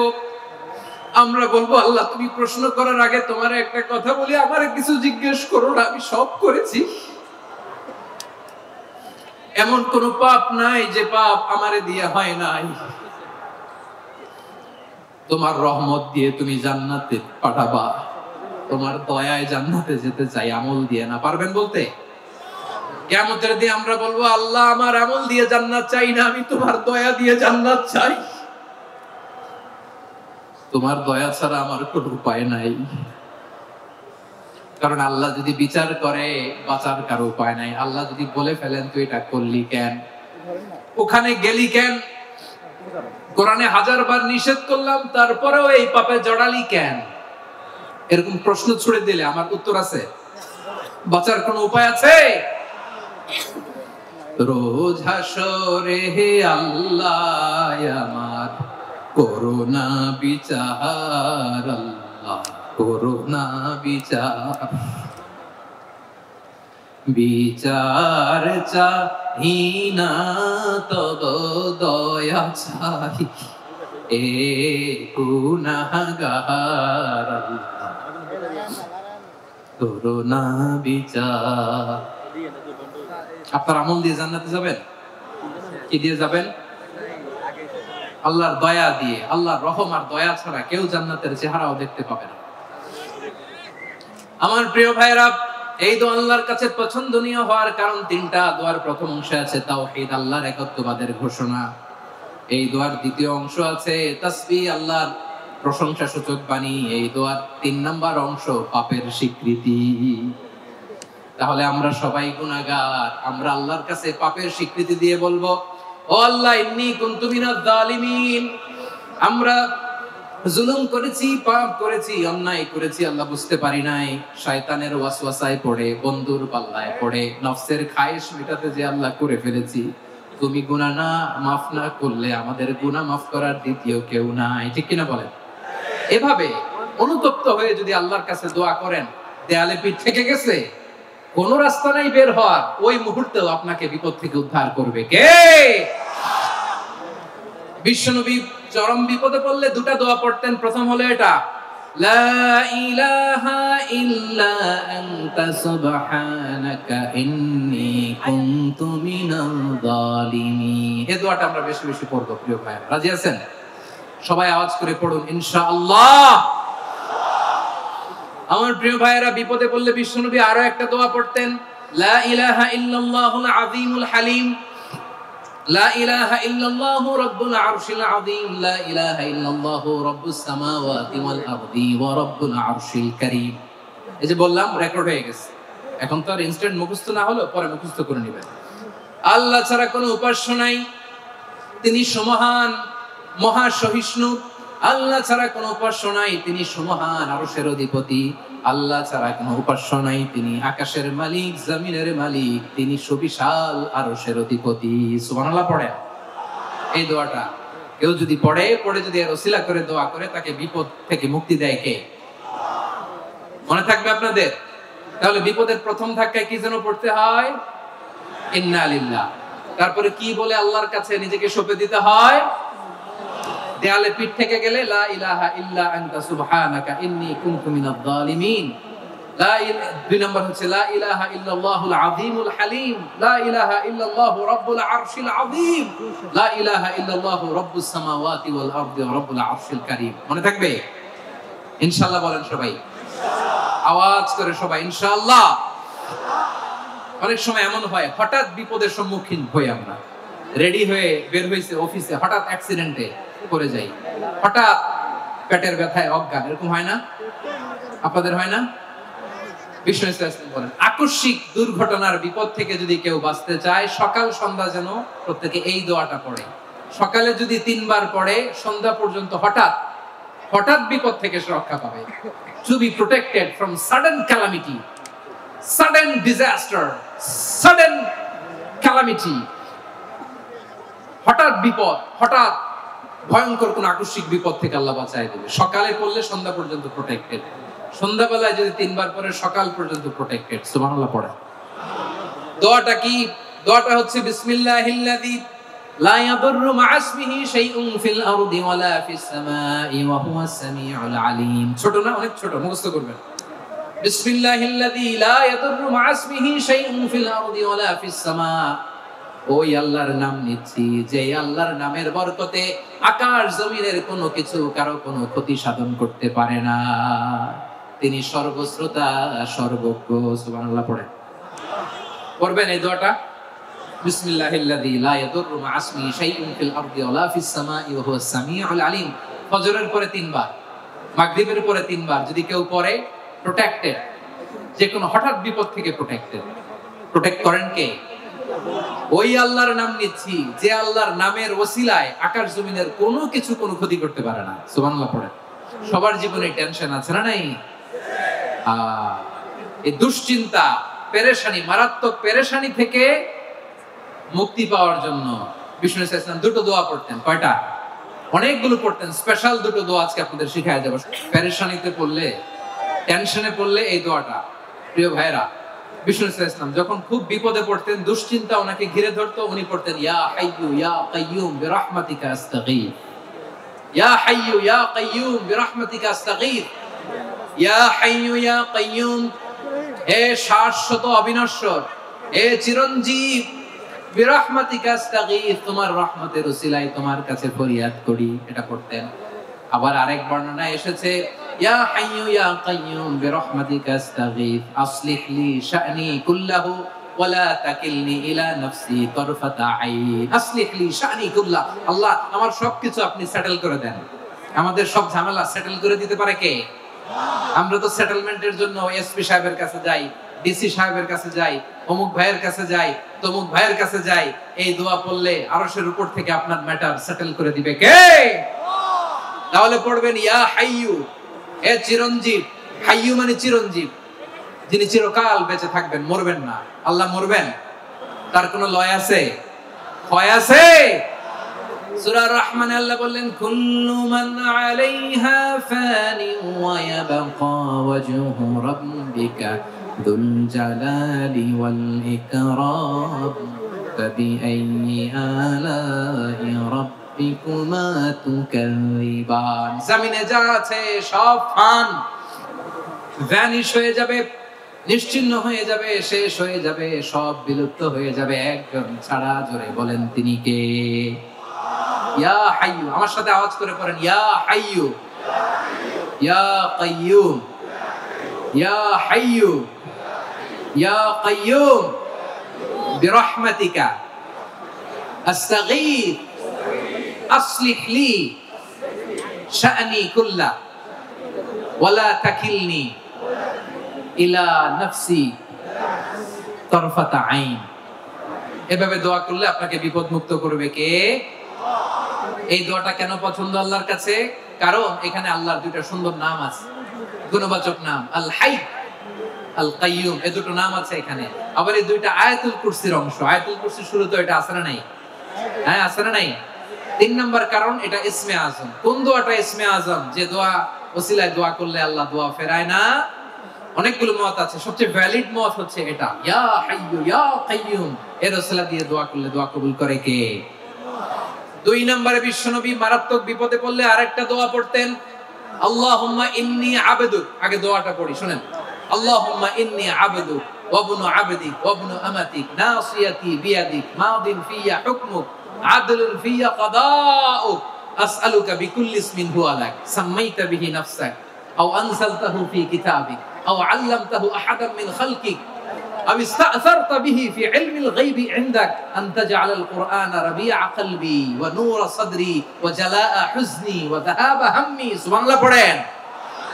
বিষ্ণু বলতেন, আল্লাহুম্মা ইন্নী আবদুক, ও আল্লাহ আমি আপনার গোলাম, ওয়া ইবনু আবদিক গোলামের ঘরের গোলাম, ওয়া ইবনু আমাতিক বাদির ঘরের গোলাম। মানে আল্লাহ আমি আপনার গোলাম, আমার বাবা আব্দুল্লাহ ছিল আপনার গোলাম, আমার মা আমিনা ছিল আপনার বাদী। মানে আমরা গোলাম বংশের, সব গোলাম।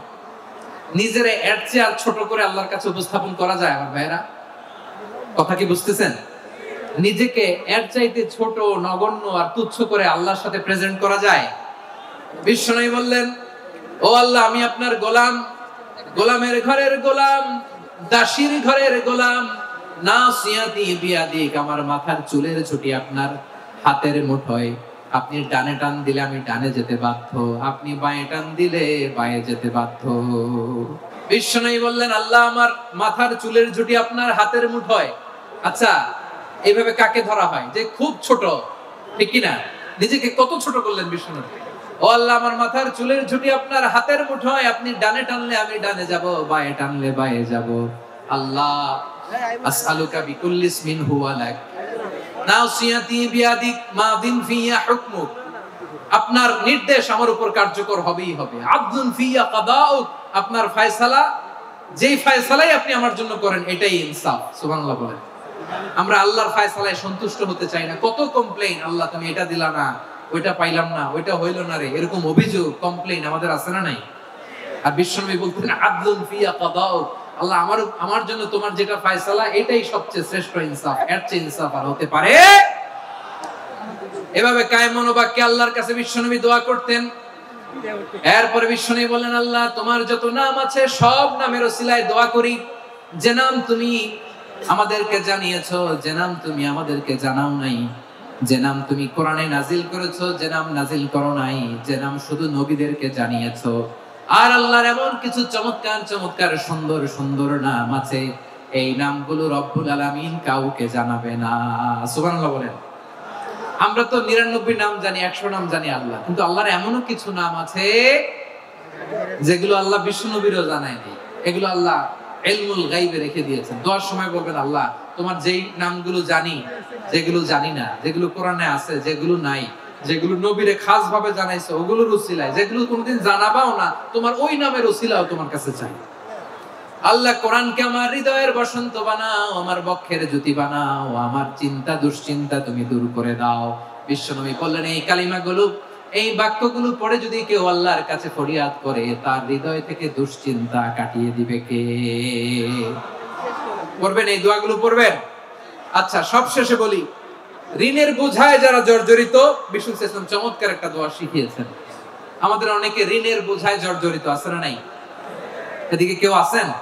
থাকলে হাত তোলার দরকার নেই, থাকলে এই দোয়াটা পড়বেন। এক সাহাবীর নাম আবু উমামা, নামাজের ওয়াক্ত ছাড়া উনি মসজিদে যেয়ে বসে আছে। বিষ্ণু বললেন, কি রে আবু উমামা, নামাজের তো ওয়াক্ত হয় না, মসজিদে কি? সাহাবী বলে, হুমুমুন লাজিমাতনি ওয়া দুয়ুন, নবী গো ঋণের বোঝায় এমন টেনশনে আছি, ঘরে থাকতে পারলাম না, মসজিদে চলে আসছে। বিষ্ণু বলেন, আমি কি তোমার এমন একটা দোয়া শিখাবো যেটা পড়লে আল্লাহ তাআলা তোমার ঋণের বোঝা হালকা করে দিবে?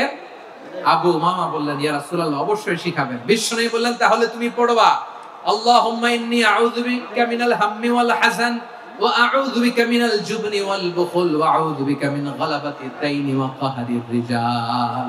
ও আল্লাহ, তোমার কাছ থেকে দুশ্চিন্তা থেকে পানাহ চাই, কৃপণতা, ভীরুতা, অলসতা, কার্পণ্যতা, এই সব কিছু থেকে, মানুষের কঠোরতা, আমার উপর মানুষের আধিপত্য এবং ঋণের বোঝা থেকে পানাহ চাই। এই দোয়াটা যখন বিশ্বনবী শিখাই দিলেন, আবু উমামা বারবার এই দোয়া করেন, আল্লাহুম্মা ইন্নী আউযু বিকা মিনাল হাম্মি ওয়াল হাসান ওয়া আউযু বিকা মিনাল আজজি ওয়াল কাসাল ওয়া আউযু বিকা মিনাল জুবনি ওয়াল বুখল ওয়া আউযু বিকা মিন গালাবাতিদ দাইনি ওয়া কাহরির রিজাল। আবু উমামা বলে এই দোয়া আমি পড়তে লাগলাম। কিছুদিন পরে দেখা গেল বিশ্বনবীর শেখানো এই দোয়ার বদৌলতে আল্লাহ তাআলা আমার সব ঋণ পরিশোধের ব্যবস্থা করে দিয়েছেন। পড়েন সুবহানাল্লাহ। বিশ্বনবীর জামাতা সাইয়্যিদিনা আলী রাদিয়াল্লাহু তাআলা আনহুর কাছে এক লোক এসে বলে, হে আলী, ঋণের বোঝায় আমি জর্জরিত, আমার কিছু অর্থ দিয়ে সাহায্য করুন। সাইয়্যিদিনা আলী রাদিয়াল্লাহু তাআলা আনহু বললেন, আমি কি তোমারে এমন একটা দোয়া শিখাবো যেটা বিশ্বনবী আমাদের শিখিয়েছেন?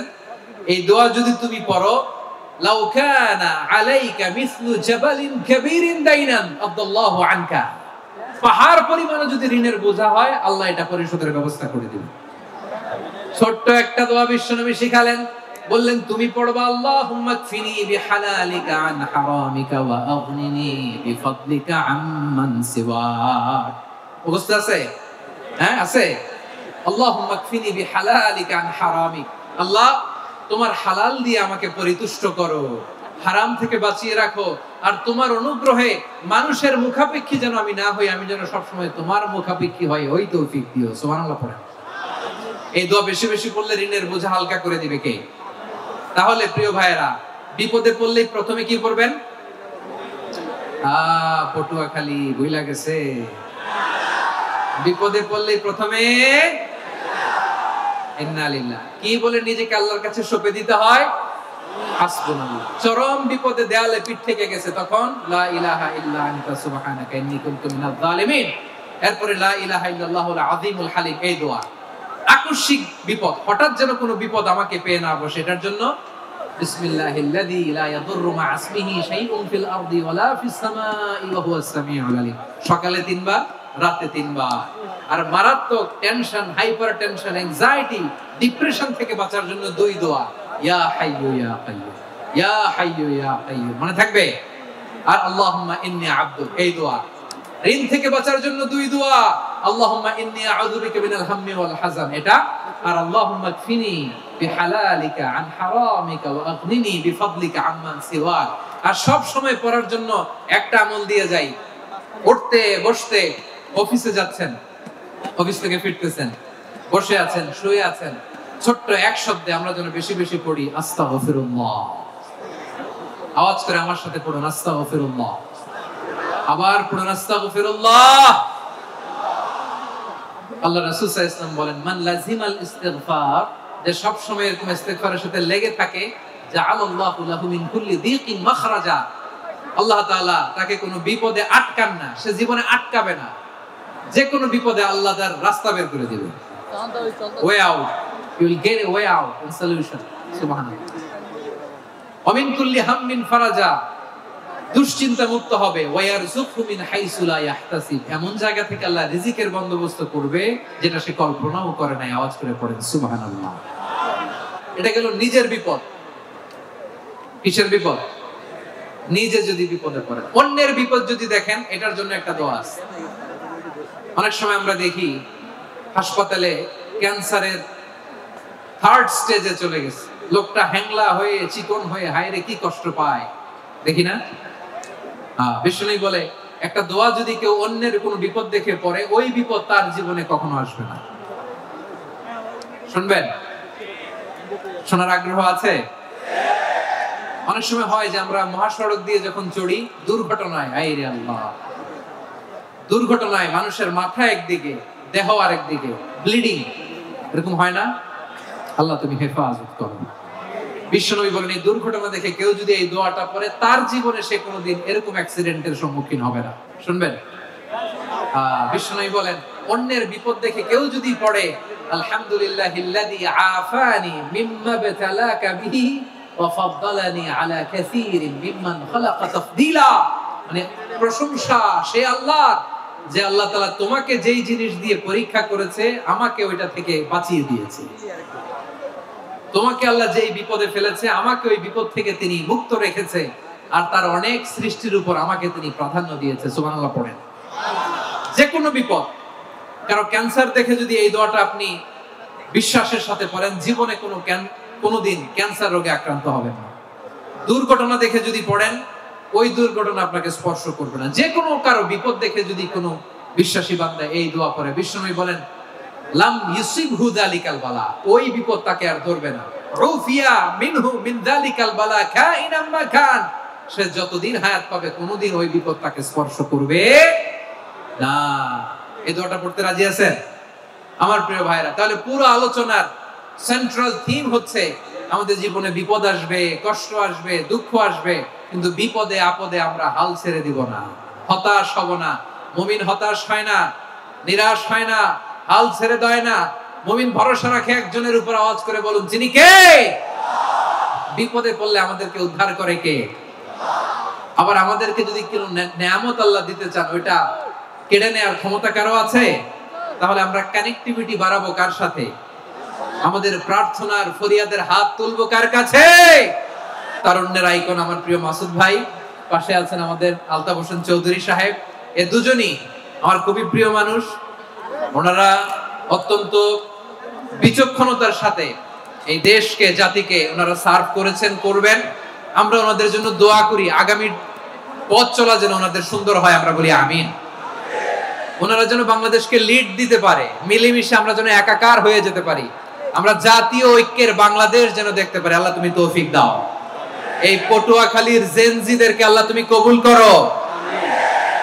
তিনটি মাঠে আমার কলিজার টুকরা মা বোনেরা এই শীতের রাতকে উপেক্ষা করে যারা উপস্থিত হয়েছেন, তাদেরকে আল্লাহ তাআলা খাদিজাতুল কুবরা আয়েশা রাদিয়াল্লাহু তাআলা আনহার মতো কবুল করুক। আমরা পড়ি আমিন।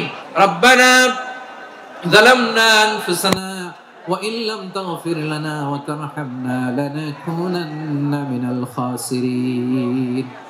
ربنا آتنا في الدنيا حسنة وفي الآخرة حسنة وقنا عذاب النار.